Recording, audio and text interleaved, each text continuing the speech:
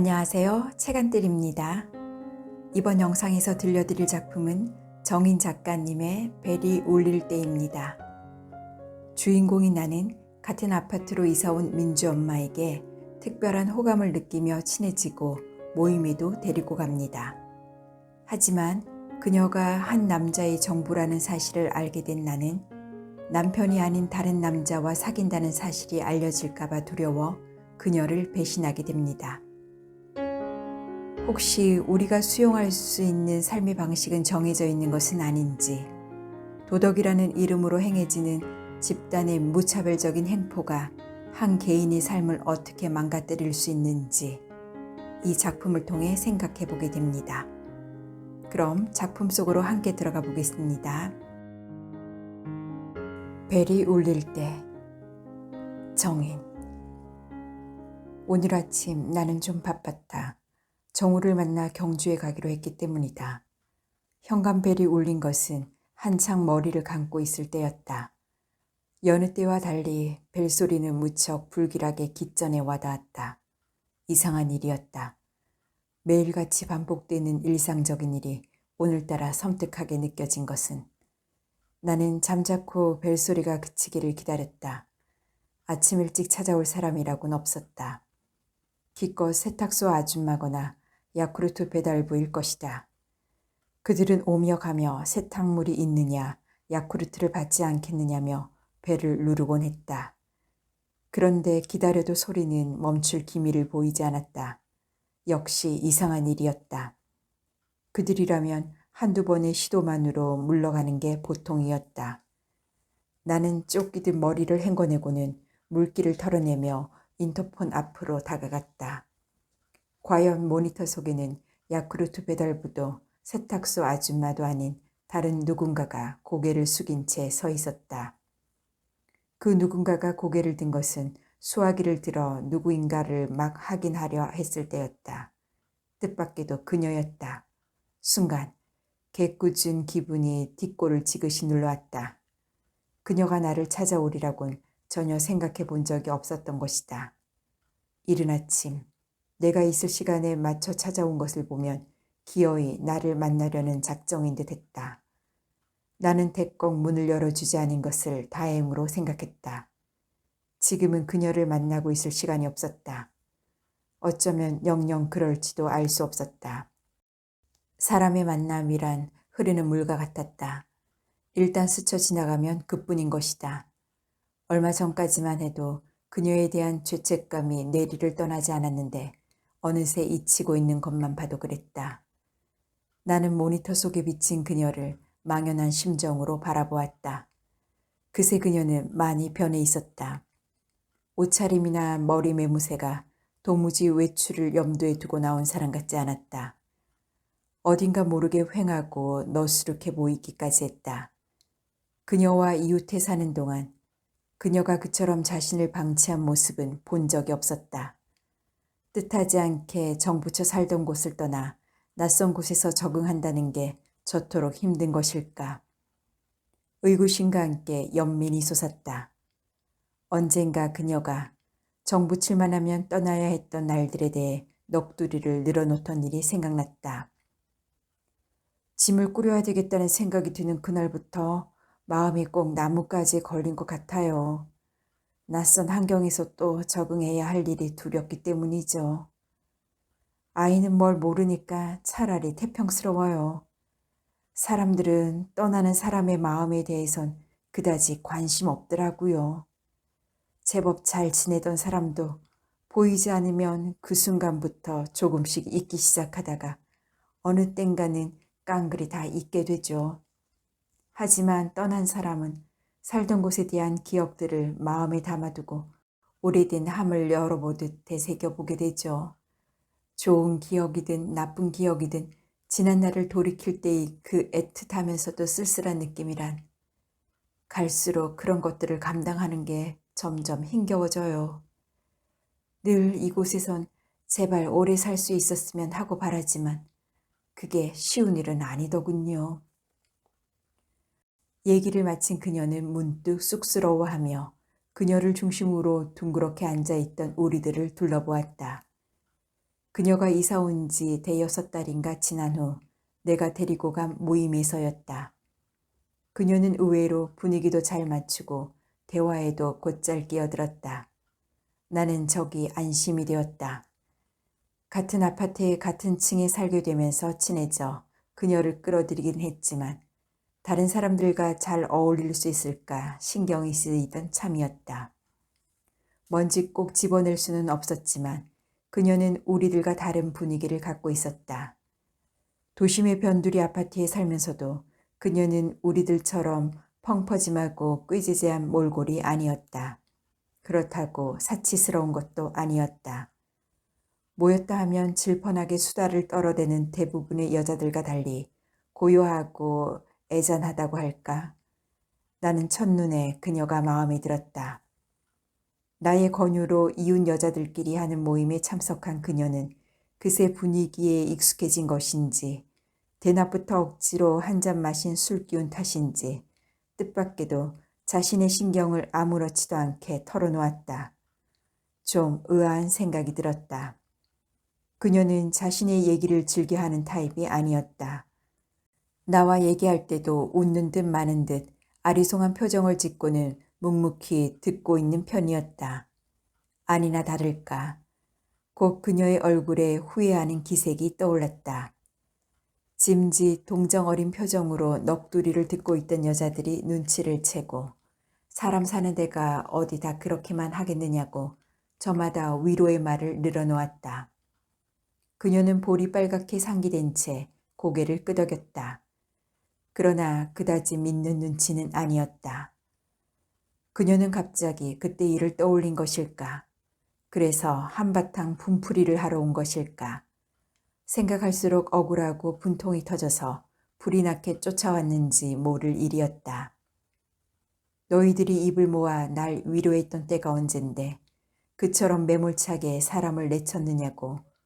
어떻게 그처럼 한통속이 되어서 날 모른 척 할 수가 있었느냐고.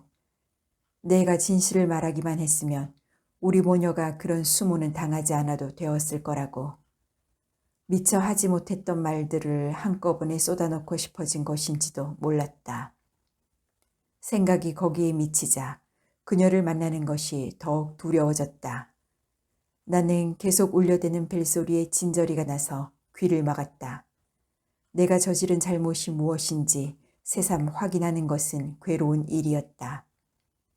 비겁하게도 나는 그녀가 제 풀에 지쳐 돌아가기를 기다리기로 작정하고 시계를 보았다. 약속 시간까지는 1시간 남짓 남아 있었다. 계속 저러고 있으면 어떡하지? 정우가 기다리게 될 텐데. 자발 없이 움직이는 초침이 서서히 나를 옥죄어들기 시작했다. 정우는 전자파가 나쁘다는 이유로 핸드폰을 갖고 있지 않았다. 다른 일엔 비교적 느긋하면서 건강에 관한 일이라면 맹목적인 그가 이따금 한심하게 여겨졌다.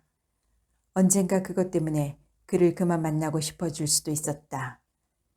인간이란 시간의 흐름 속에서 언제 어떻게 변할지 알 수 없는 존재들이었다. 정우는 모든 사람이 다 그런 건 아니며 자신은 그럴 리 없다고 주장했지만 나는 누구라도 그럴 수 있으며 사람 사이에 영원한 관계도 없다고 생각하는 편이었다. 무엇보다 내 자신이 그랬다. 나는 정말이지 내가 그런 소용돌이의 주역이 되리라곤 꿈에도 생각해 본 적이 없었다. 나를 포함한 몇몇 여자들 속에서 스스로 악역을 자처한 것은 두고두고 후회할 만한 일이었다. 한때는 서로 아까울 것 없이 우정을 나누던 사이였지만 한번 틈이 생기니까 그것은 마침내 메울 수 없는 구멍이 되어버렸다. 사람과 사람 사이는 얕은 개울 속의 징검다리나 다름없었다. 너무 가까워도 멀어도 불편했다. 적당한 거리에 있을 때만 서로에게 의미 있는 존재이지 그것이 깨어지면 결국 서로에게 상처를 입히는 게 사람 사이였다. 나는 물기가 말라 버석해지기 시작하는 머리카락을 쓸어 올리며 초조한 마음을 달래려고 창밖을 내다보았다. 거실에서 기역자로 바라보이는 집베란다에서 여자가 오늘도 이불을 털고 있었다. 여자는 아침마다 이불을 탕탕 두들겨 햇볕에 널었다. 하루 종일 이불은 햇볕 속에 방치되어 있다가 해질 무렵에야 걷어졌다. 나는 햇살 아래 흰 소창을 내보인 이불을 볼 때마다 사람도 가끔씩은 그런 과정을 거치면 좋을 것이라 생각했다. 그러면 마음 깊숙이 도사리고 있는 터무니없는 욕망과 타인에 대한 근거 없는 악의와 뻔뻔함이 바람에 날리고 햇볕에 말라서 좀 정결해지지 않을까. 그랬다면 그녀와 나 사이도 그렇게 끝나지는 않았을지도 몰랐다. 나는 줄기차게 들려오는 벨소리를 듣지 않기 위해 다시 귀를 틀어막았다. 소문에 의하면 매일 아침 이불을 털어내는 여자는 몇 가지 비정상적인 증상을 갖고 있었다.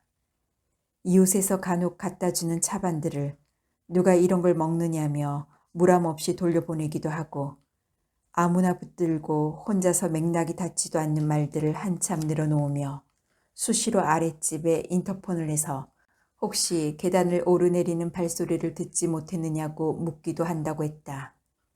아마도 여자는 거대한 콘크리트 건물에 스스로 갇혀 타인과 소통하는 방법을 잊어버리고 자기만의 세계로 가라앉고 있는 모양이었다. 여자에 대한 얘기는 이웃 사람들 사이에 심심풀이 가십거리로 옮겨 다녔다. 언젠가 나와 정우의 미래도 사람들의 이 끝에서 탁구공처럼 돌아다닐지 모를 일이다. 그녀가 겪었고 이웃 여자가 겪고 있는 것처럼. 자갈을 퍼붓는 것 같던 벨소리가 갑자기 뚝 그쳤다. 사방이 일순 고요해졌다. 먼 곳에서 트럭 행상의 마이크 방송이 어렴풋하게 들려왔다. 나는 두들겨 맞은 듯 멍해져서 거실 한가운데 우두커니 서 있었다. 그때 현관문 아래쪽 투입구가 둔탁한 소리를 내며 동그랗게 열렸다. 깜짝 놀라서 나도 모르게 얼른 한 발짝 뒤로 물러섰다. 그녀의 손이 조심스럽게 구멍 사이로 기어드는 게 보였다. 희고 기름한 그녀의 손에는 작은 편지 봉투가 들려 있었다. 나는 혹시라도 그녀가 나의 존재를 알게 될까봐 숨도 크게 쉴 수가 없었다.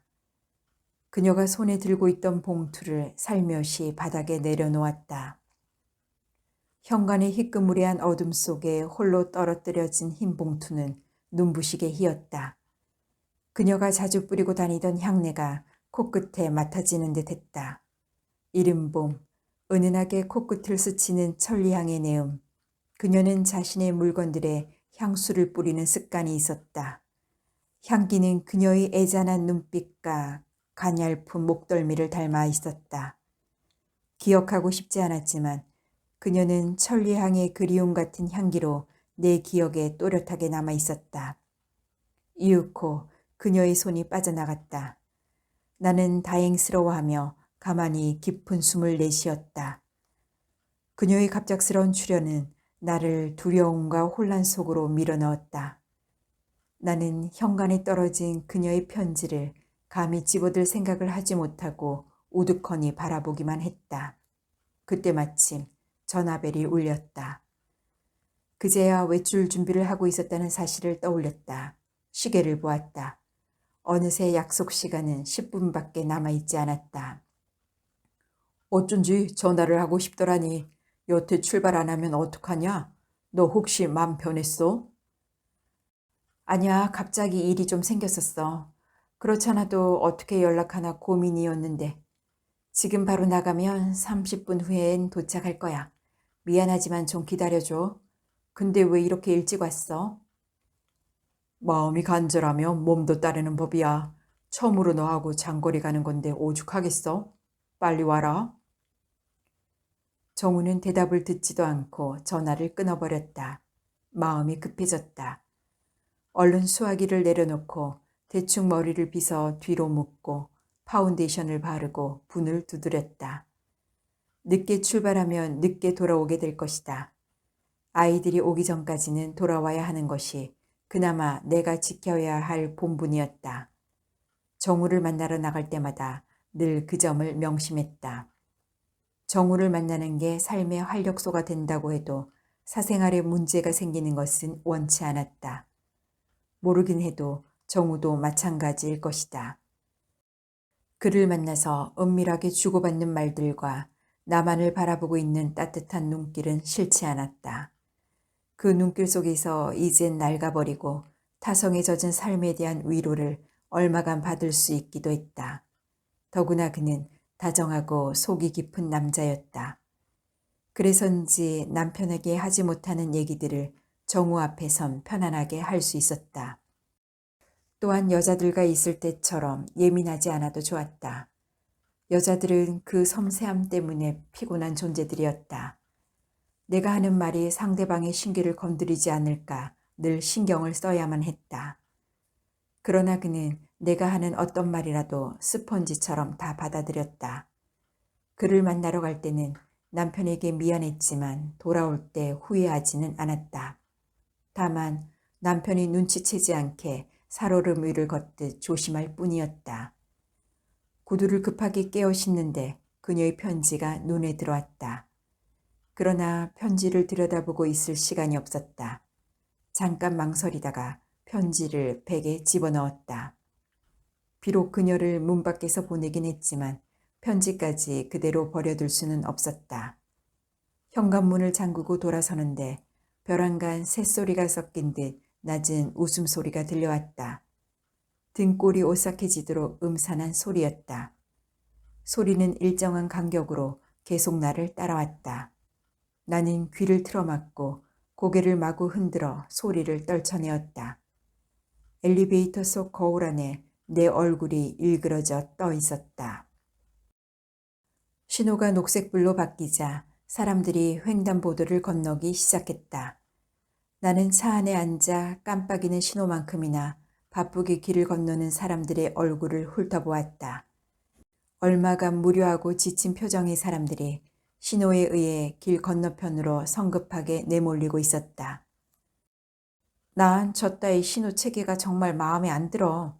왜 저렇게 사람을 재촉하는지 몰라. 옛날엔 그나마 여유가 있었는데. 너 오늘 되게 안 편한 모양이다. 그런 사회적인 발언을 다 하고. 그런가 봐. 사실은 민주 엄마가 계속 마음에 걸려. 그 여잔 하필이면 오늘 올 게 뭐냐. 이젠 잊어버려. 오늘은 너하고 나만 생각해. 정우가 슬그머니 내 손을 잡았다. 전에 없던 일이었다. 나는 정우의 둥구스름한 옆모습을 물끄러미 쳐다보았다. 그의 얼굴이 약간 붉어졌다. 신호가 바뀌었다. 사람들이 서고 차들이 다시 움직였다. 삭막한 거리 풍경들이 차창 밖으로 빠르게 스쳐 지나갔다. 사람들 속에서 설핏 그녀를 본 것 같기도 했다. 머리가 지끈거렸다. 아무리 떨쳐버리려 해도 을신연스럽던 그녀의 모습이 뇌리에서 떠나지 않았다.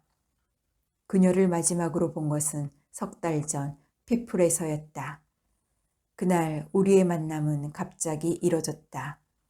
내가 전한 말을 빌미로 그녀를 우리 모임에서 탈회시키는 것에 대한 논의를 하기 위해서였다. 말없이 따돌리는 것보다는 우리의 의사를 전달해서 그녀 스스로 거취를 결정하도록 하자는 게 우리 모두의 생각이었다. 모두들 그녀와 더불어 부도덕한 사람들로 오해받는 것을 우려하고 있었다. 모임의 회장인 강성애가 그녀에게 우리의 뜻을 냉정하게 전달했다. 강성애가 그 얘기를 꺼냈을 때 그녀가 흘낀 나를 쳐다보았다. 나는 괜스레 애꿎은 성냥개비를 똑똑 분지르며 그녀의 시선을 피했다. 내가 있는 자리에서 내가 옮긴 말들을 그 얘기의 주인공에게 확인하는 것을 보는 것은 무척 곤혹스러운 일이었다. 나는 그녀를 바로 볼 수 없었다. 강성애가 내뱉은 얼음 조각처럼 차가운 말들은 테이블 위에 떨어진 물방울만큼의 흔적도 남기지 않고 허공으로 흩어졌다. 그러나 그녀의 가슴 속에선 차곡차곡 쌓여 얼음 기둥이 되어 있을 터였다. 그녀는 고개를 숙인 채 미동도 하지 않았다. 우리 모두 침묵이 더 이상 견디기 힘들어질 즈음 그녀가 고개를 쳐들더니 아무 말 없이 백을 챙겨들고 일어섰다. 그리고는 우리를 쭉 둘러보고는 약간 떨리는 목소리로 침착하게 말했다. 내가 이 모임에서 빠지는 건 어렵지 않아. 그런데 이유가 말이 안 돼. 너희들이 도덕적으로 얼마나 완벽한지 모르지만 그 때문에 날 비난하는 건 우스운 일이야. 나 때문에 너희들이 부도덕하다 누명을 쓸 거라고? 남의 사생활을 두고 너희들이 지금 얼마나 큰 신뢰를 하는지도 모르면서 부도덕하다는 얘기를 듣는 건 그렇게 무서워? 다들 고만고만하게 사는 처지에 어처구니 없는 자만심들은. 강성애가 뭐라고 대꾸를 하려다가 참았다. 그녀가 발걸음을 때려다가 다시 나를 돌아보는 것이 커다란 벽 유리에 비쳤다. 나는 잠자코 창밖만 내다보고 있었다. 그동안 우리가 공유했던 그 많은 시간들이 작별의 순간에는 아무런 의미도 없었다. 그녀가 한숨을 깊이 내쉬는 듯 하더니 발걸음을 떼놓았다. 또각또각 그녀의 구두축이 마룻바닥을 찍는 소리가 내 가슴에 구멍을 뚫었다. 나는 그 사이로 스며드는 바람의 향기에 몸을 옹송그렸다. 그녀가 떠난 빈자리에 햇살이 따스하게 비쳐들고 있었다. 실내에는 우리들 뿐이었다. 두 아이를 가진 비슷한 또래의 여자들, 그리고 한 남자의 조강지처. 그것이 그녀가 떠남으로써 완벽해진 우리의 공통 분모였다. 그녀는 딸이 하나 있었지만 한 남자의 조강지처는 아니었다. 그녀가 한 남자의 정부라는 걸 소문낸 것은 나였다. 그녀가 그것을 고백한 것은 무심코한 나의 질문 때문이었다. 자기 남편은 참 출장이 잦네. 한 달에 3분의 1은 안 계신 것 같던데. 그럼 정이 더 살가워지지 않아? 우리들은 맨날 보고 사니까 어떨 땐 아주 징글징글한데. 그때까지 내가 그런 식의 말을 꺼낸 것은 처음이었다. 그동안은 주로 이웃 사람들이나 아이에 대한 얘기를 하는 게 고작이었고 그때마다 거의 다 내가 짓거리는 편이었다. 그만큼 그녀는 개인적인 얘기를 하는 것에 대해 퍽 꺼려하는 눈치였다. 그녀는 잠자코 있다가 가만히 한숨을 내쉬었다. 그리고는 한참 뜸을 들이다가 대답했다. 그런 셈이죠. 아침에 그를 배웅하면서 또 며칠 지나야 만날 수 있다고 생각하면 어떨 땐 서러워져요. 양쪽을 오가는 그의 고통도 고통이지만 사랑하는 사람을 나눠 살아야 하는 건 꽤 인내가 필요한 일이거든요. 참으로 뜻밖의 말이었다. 나는 그녀의 가량가량한 얼굴을 뜨악하게 바라보았다. 친동기간처럼 가깝게 여겨지던 그녀가 그렇게 낯설어 보일 수가 없었다. 이 여자가 한 여자의 고통을 담보로 사는 그런 부류의 여자라고? 그런데도 어째서 이처럼 천연덕스러울 수가 있지? 나는 놀라기도 했지만 우선 배반감을 주체할 수가 없었다. 불현듯 소름이 끼치고 화가 치밀었다. 나는 그녀의 남자를 알고 있었다. 엘리베이터 속에서 몇 번 마주쳐 그녀와 함께 인사를 한 적이 있었다. 남자는 이 동네에선 보기 드물게 세련되고 신사적인 풍모를 갖추고 있었으며 상냥했다. 그런 남자와 함께 있는 그녀를 볼 때마다 아이만 온전하다면 완전한 행복을 가졌을 부부라고 생각했다. 그러면서 한꺼번에 많은 걸 주지 않는 공평한 생애 법칙에 새삼 경외감을 느꼈다. 나는 정바가 딸과 더불어 행복해 보이는 그녀를 좋아했다. 그녀의 딸은 늘 해픈 웃음을 물고 다님으로써 사람들의 시선을 끌었다. 아무에게나 어눌한 말투로 살갑게 말을 걸기도 하고 누구에게든 고개를 숙이며 인사를 하고 다니는 아이는 볼 때마다 그 천진함이 사랑스러운 만큼 안쓰럽기도 했다. 그녀는 딸에게 한치의 소홀함도 없었다. 하루도 빠짐없이 통학버스 승차장에서 딸을 배웅하고 맞이했다. 또한 일주일에 2~3번은 딸의 손을 잡고 느릿느릿 아파트 단지의 녹음 속을 산책했다. 앞서거니 뒤서거니 하며 단지 안에 소로를 걷다가 벤치에 앉아 소곤소곤 얘기를 나누는 모습이 자주 사람들의 눈에 띄었다. 비록 온전하진 않아도 사람들 사이에서 아이가 제대로 살 수 있도록 경험의 폭을 넓혀주려 애쓰는 그녀는 아름다웠다. 자신의 운명을 비관하거나 불평하지 않고 그늘없이 살아가는 여자.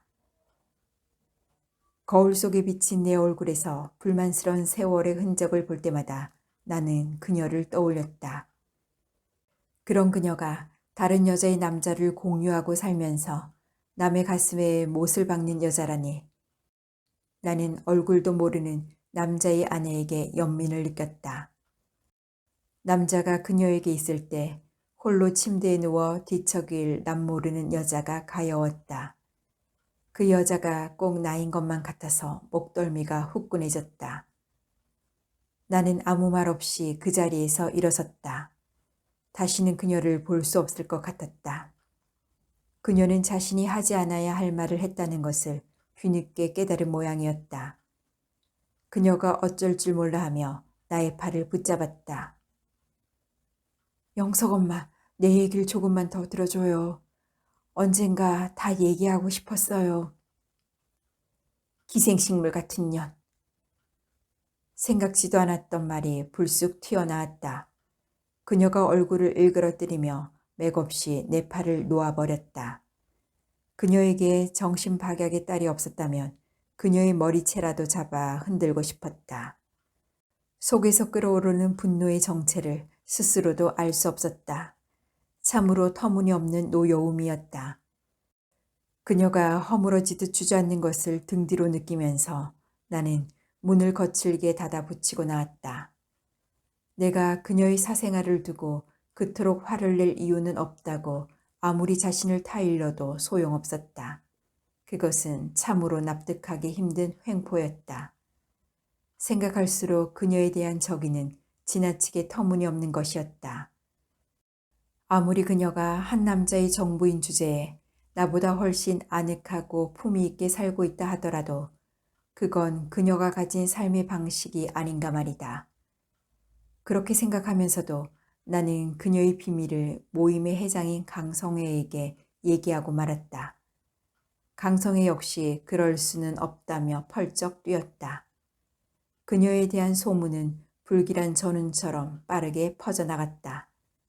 사람들은 그녀가 지나가는 등 뒤에서 수군거렸다. 그녀는 차츰 바깥 출입을 하는 횟수가 줄어들었다. 그 즈음부터 항상 그녀와 함께 학교를 오가던 민주가 엘리베이터 안에 혼자 있는 것이 자주 목격되었다. 사고가 생긴 것은 그 무렵이었다. 뭘 그리 골똘하게 생각하는데? 너 그러고 있으니까 엄청 신경 쓰인다. 이제 그만 좀 할래? 정우의 목소리에서 짜증이 묻어났다. 나는 이른 봄, 여린 연두빛 풍경들이 산자락부터 시작되는 걸 보고 있었다. 산은 벌써 아련한 초록으로 물들 준비를 하고 있었다. 거참 되게 신경 쓰이네. 무슨 생각하느냐니깐? 신경 쓰지 말라니까 왜 그래. 그나저나 너 오늘 장사는 포기한 거니? 상관없어. 어차피 안 되는 걸 뭐. 나 신경 쓰지 말고 너나 기분 좀 바꿔. 애정이 깃든 말투였다. 날카롭고 신경질적인 남편에 비해 편안한 느낌을 주는 음성이었다. 정우의 머리에는 새치가 희끗거리고 뱃살이 벨트 위로 보기 좋을 만큼 솟아 있었다.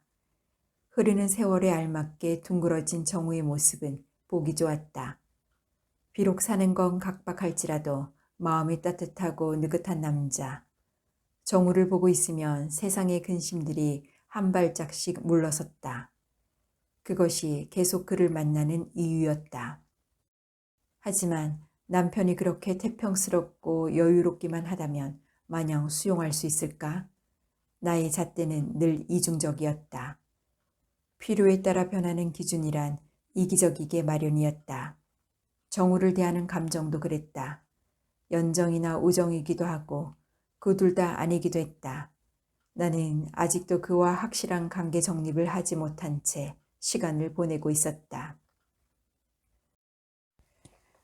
대학 졸업 10년 만에 우연히 아파트 상가 앞에서 동창인 정우를 마주쳤을 때 나는 눈을 의심했다. 정우는 상가 앞에서 전단지를 나눠주며 수입 청소기를 홍보하고 있었다. 우리는 서로를 단박에 알아보았다. 정우는 자신의 궁색한 처지를 난감해했지만 세일즈맨답게 곧 태도를 바꾸었다. 청소 서비스를 받아보고 주위에 소개도 해달라며 방문할 기회를 달라고 졸라댔다. 그 며칠 후 정우는 커다란 청소 용구를 들고 와서 한참 동안 설명을 하고 직접 시연도 해보였다. 살집 좋은 몸으로 땅까지 훔쳐가며 애쓰는 모습에는 삶의 팍팍함이 그대로 묻어 있었다. 어쩌다 제대로 된 직장을 구하지 못하고 저렇게 가가호호 방문으로 생계를 꾸려야 하나 싶어 측은해졌다. 나는 그의 서비스를 만료한 뒤 과일을 깎아내고 차를 끓였다.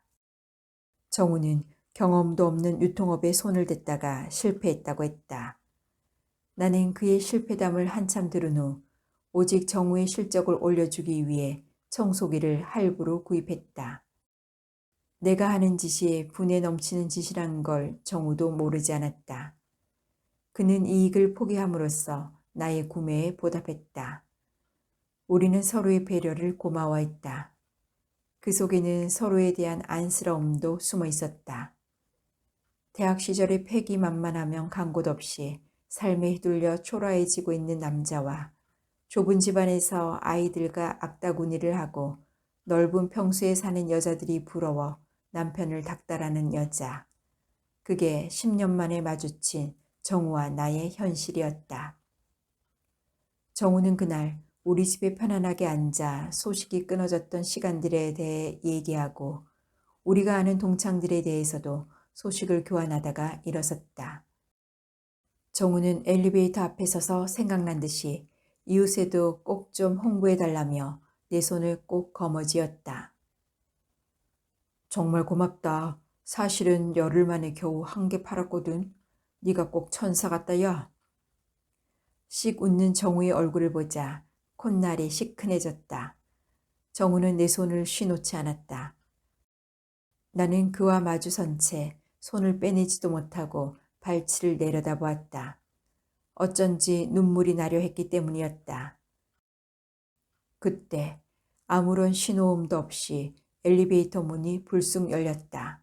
그리고 그날 그 사건이 없었다면 정우와 나는 어떻게 되었을까?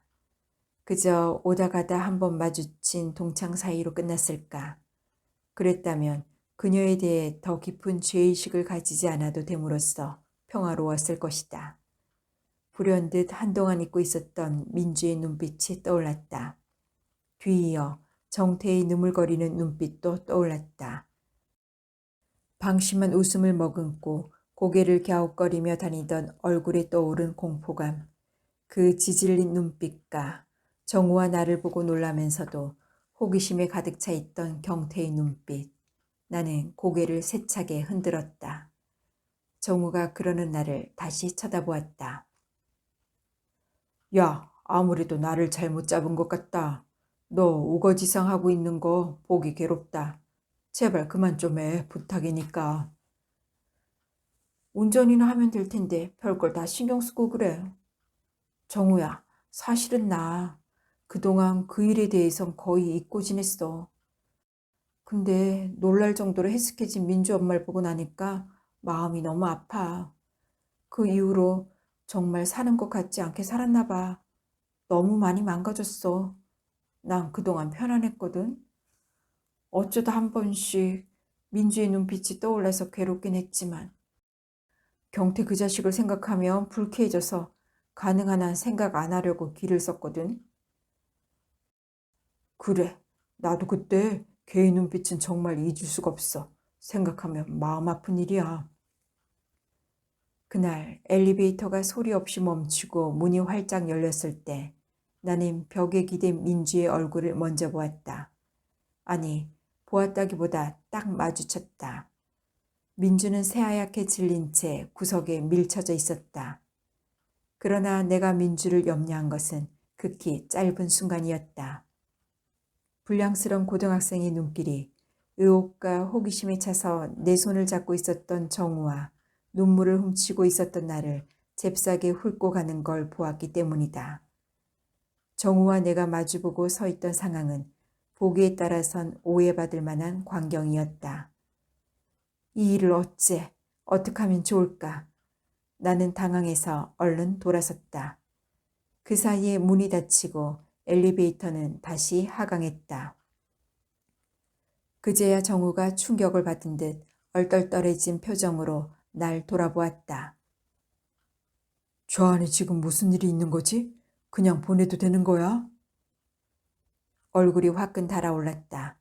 그도 나도 민주의 블라우스 사이에서 경태의 손이 허둥지둥 빠져나오는 것을 똑똑히 보았던 것이다. 민주의 하얗고 소담스러운 젖가슴이 그 사이에서 살짝 비친 것도. 우리는 어떻게 해야 할지 몰라 시선을 빗긴 채 멍하니 서 있었다.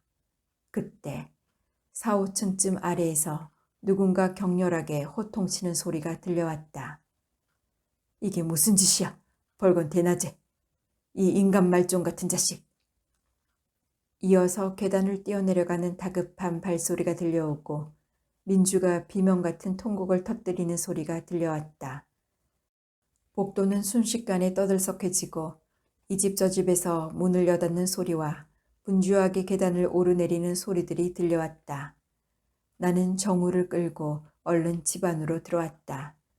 왠지 소동이 가라앉을 때까지 피해야만 할 것 같았다. 정우는 소파 끝에 걸터 앉더니 얼굴을 벅벅 문질렀다. 이 대낮에 참 간도 큰 녀석이네. 그 여자애 쇼크 상태인 것 같던데 괜찮을까?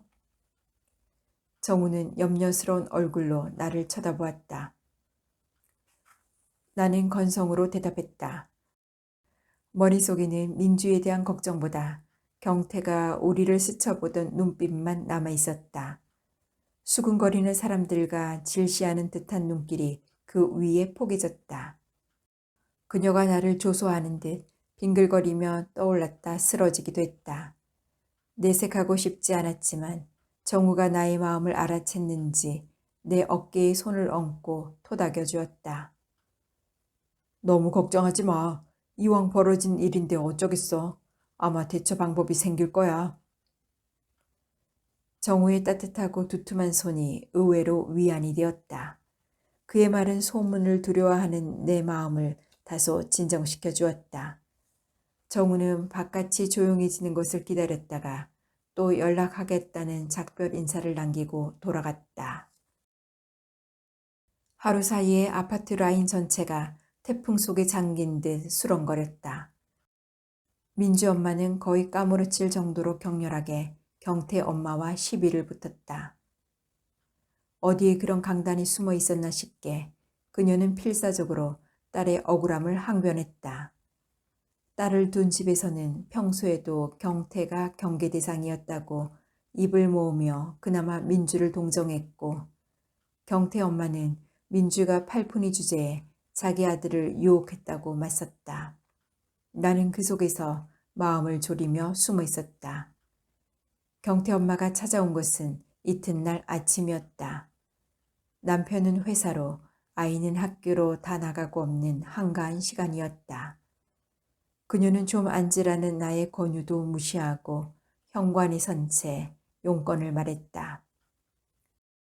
우리 경태가 그러는데 엘리베이터 문이 열렸을 때 민주가 절 끌어안고 있는 걸 영석 엄마가 봤다면서요.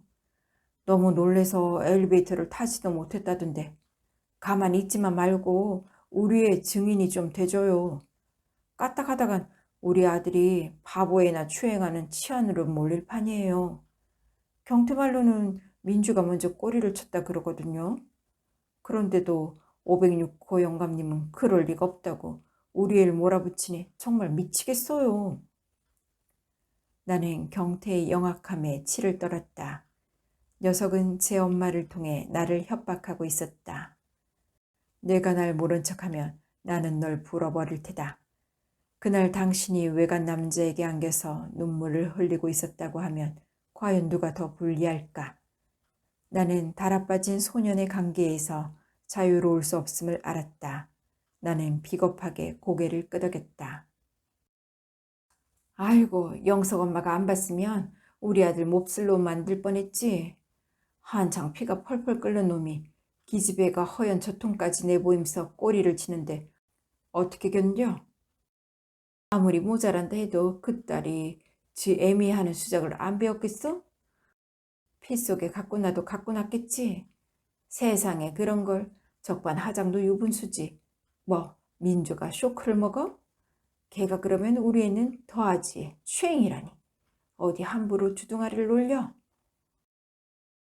경태 엄마는 문을 나서면서 벌써 복도가 떠나라고 소리를 질러댔다. 경태 엄마가 나가고 얼마 안 있어 복도가 다시 한번 소란해졌다. 그날 이후 나의 증언으로 힘을 얻은 경태 엄마는 이틀 내리달아 민준네 앞에서 분풀이를 해댔다. 나는 경태 엄마의 목소리가 복도에 울릴 때마다 FM의 볼륨을 최대한 높였다. 되도록이면 아무 소리도 듣고 싶지 않았다.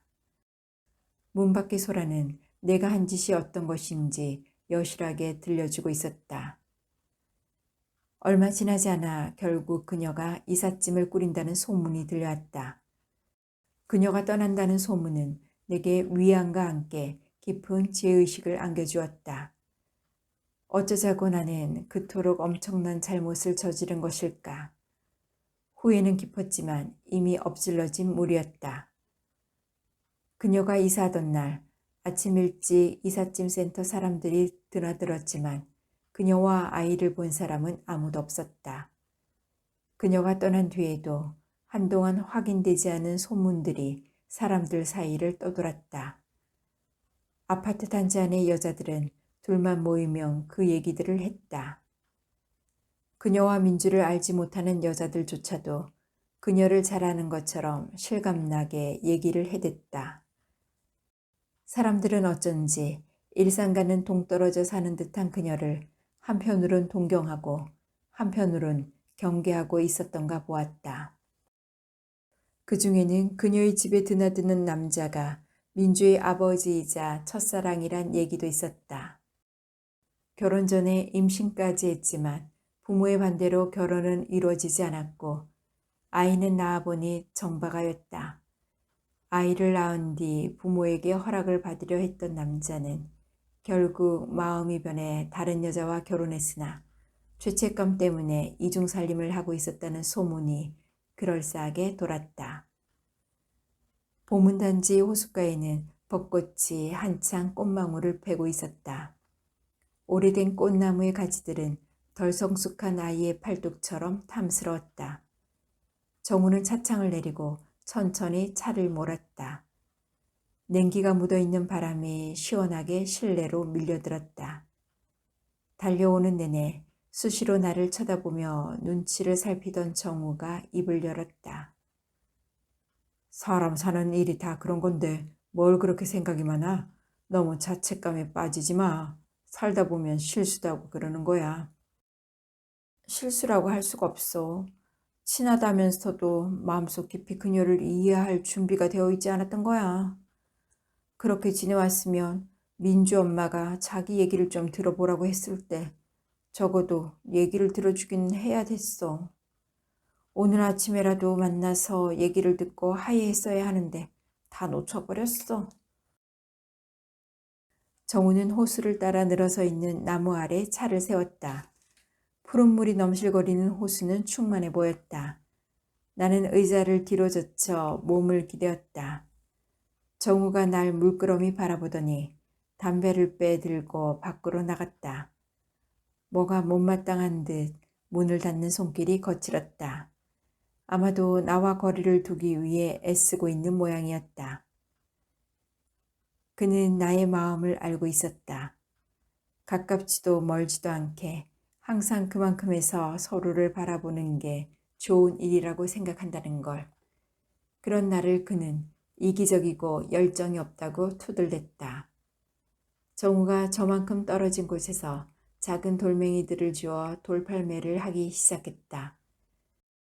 그가 던진 돌멩이들이 수면 위에 동그란 파문을 그리며 물속에 잠겨들었다. 마음이 견딜 수 없이 착잡했다. 그녀가 끈질기게 눌러대던 벨소리가 아직도 귓전에 남아 있었다.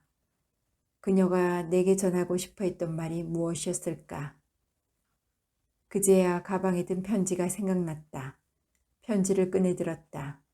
편지 속에는 백지에 또박또박 써내려간 그녀의 글씨가 까맣게 숨을 죽이고 있었다. 늘 꿈을 꾸었어. 이런 모습으로도 사람들 속에서 자유롭기를. 내 순결하고 가여운 딸 때문에 더 그랬을 거야. 하지만 사람들은 의외로 잔인했어. 사람들은 절벽 끝에 매달려 가까스로 견디고 있는 사람들도 있다는 걸 좀처럼 이해하지 못해. 무엇보다 너조차 그랬다는 게 슬펐어. 물론 이게 최초의 배반은 아니야. 몇몇 사람들이 내게 희망을 주었다가 다시 뺏어가곤 했지. 내가 진작 진실을 얘기했다면 우리의 관계가 이렇게까지 되지는 않았을까? 꼭 그렇지는 않았을 거야. 내가 날 받아들이려 했다면 그 후에도 얼마든지 가능했으니까. 사람들은 왜 사람들이 가진 각자의 이유를 납득하지 않으려는 걸까? 왜 국화빵 같은 규범만이 진실이라고 믿는 걸까? 난 그곳을 떠나오면서 민주 아빠에게 긴 여행을 간다고 말했어. 아마 그는 우리가 떠난 뒤에도 오랫동안 기다리고 있겠지. 비록 같이 살진 못했지만 그는 나의 첫사랑이고 민주의 아빠였어. 내가 나의 진실을 아는 마지막 사람이 될지도 모르겠구나. 안녕. 그녀의 편지는 내가 한 사람의 인생에 무책임하게 끼어들어 저지른 돌이킬 수 없는 실수를 일깨워 주었다. 나는 왜 그녀가 만신창이가 되도록 버려둔 것일까? 나는 사람들 속에 숨어서 무엇을 기다리고 있었던 것일까? 나는 삶이 얼마나 다양한 층위로 이루어져 있으며 우리가 얼마나 깊고 넓은 포용력으로 생을 수용해야 하는가를 정말 몰랐던 것일까? 나는 그녀에게 도대체 어떤 짓을 저지른 것인가? 벨소리를 들으며 느꼈던 섬뜩함이 전류처럼 나를 관통했다. 가슴이 마구 떨려왔다. 정우를 소리쳐 불렀다. 정우는 영문을 모른 채 열린 차창 틈으로 몸을 기울여 나를 들여다보았다. 왜 그래? 사람 놀라게. 정우야, 우리 돌아가자. 다음에 다시 오기로 하고. 나는 편지를 움켜쥔 채 그를 재촉했다. 그가 잠깐 나를 노려보더니 담배를 발로 치디겼다. 운전석에 올라앉은 정우의 눈빛이 곤두서 있었다. 너 오늘 진짜 너무하는구나. 오자 할 때는 언제고 갈 때는 또 네 맘대로 가자고? 내가 네 기사야? 나는 뜻밖의 항변에 멍해져서 그를 쳐다보았다. 그가 나를 이해하지 못하거나 호의적이지 않을 수 있다고 생각해 본 적이 없었으므로 어찌해야 할지 알 수가 없었다. 내가 알던 정우가 아니라 또 다른 정우와 마주하고 있는 듯 생경스러워서 말이 떨리기 시작했다. 미안해, 그러지 마. 이 편지를 보면 너도 이해할 거야. 어쩐지 불길해서 그래. 정우에게 편지를 내밀었다. 그는 편지를 읽어보지도 않고 창밖으로 던져버렸다. 분명 내가 알던 정우가 아니었다. 그의 얼굴은 더 이상 푸근하지도 너그러워 보이지도 않았다. 그는 입을 꾹 다문 채 후진 기어를 넣고 엑셀러레이터를 거칠게 밟았다. 정우야! 놀라서 그를 불렀지만 대답하지 않았다. 차가 심하게 쿨럭거리다가 뒤로 빠져나갔다. 던져버린 편지가 바람에 날려서 호수 쪽으로 날아가는 게 보였다. 차는 옹기를 가지 않고 반대 방향으로 내달리기 시작했다. 가로수들이 뽑힌 듯 뒤로 달아났다.